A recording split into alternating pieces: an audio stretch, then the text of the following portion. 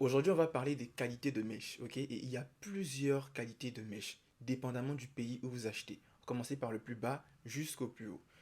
On commence par les synthétiques, ce que vous appelez semi-indiennes, semi-péruviennes, cambodgiennes, SDD, tout ce que vous voulez. Les synthétiques de luxe, tout ça c'est dans la catégorie des synthétiques. Les Nigériens ils vont dire les blend air. Tout ça ce sont des synthétiques.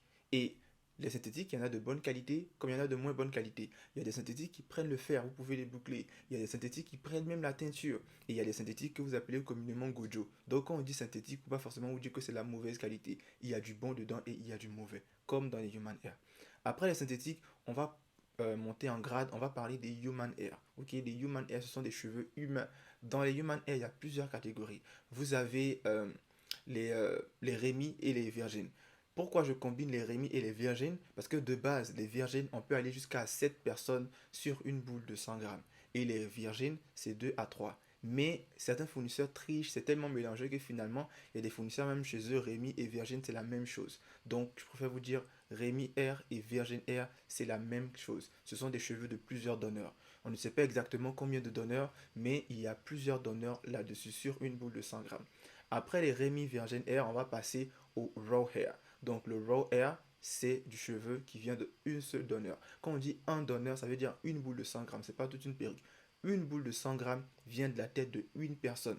Et ça, il faut vraiment avoir un bon fournisseur parce qu'il y a beaucoup qui mentent. Parce que la différence entre le Rémi Virgin et le Raw Air Single Donor, c'est quasiment imperceptible, à moins que vous soyez un connaisseur et vous pouvez différencier ça.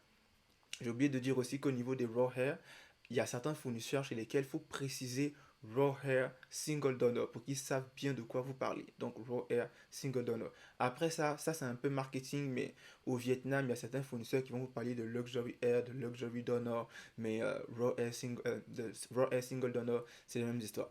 Ensuite, si on veut monter en grade encore, on va parler des baby teen hair. Les baby teen hair, ce sont des cheveux des adolescents, qui parlent les enfants, mais les adolescents. Parce que vous savez que plus le cheveu est jeune, plus il est en meilleure santé. Donc le baby teen hair, ce sont les cheveux d'adolescents. Ils coûtent beaucoup plus cher que les raw hair single donor.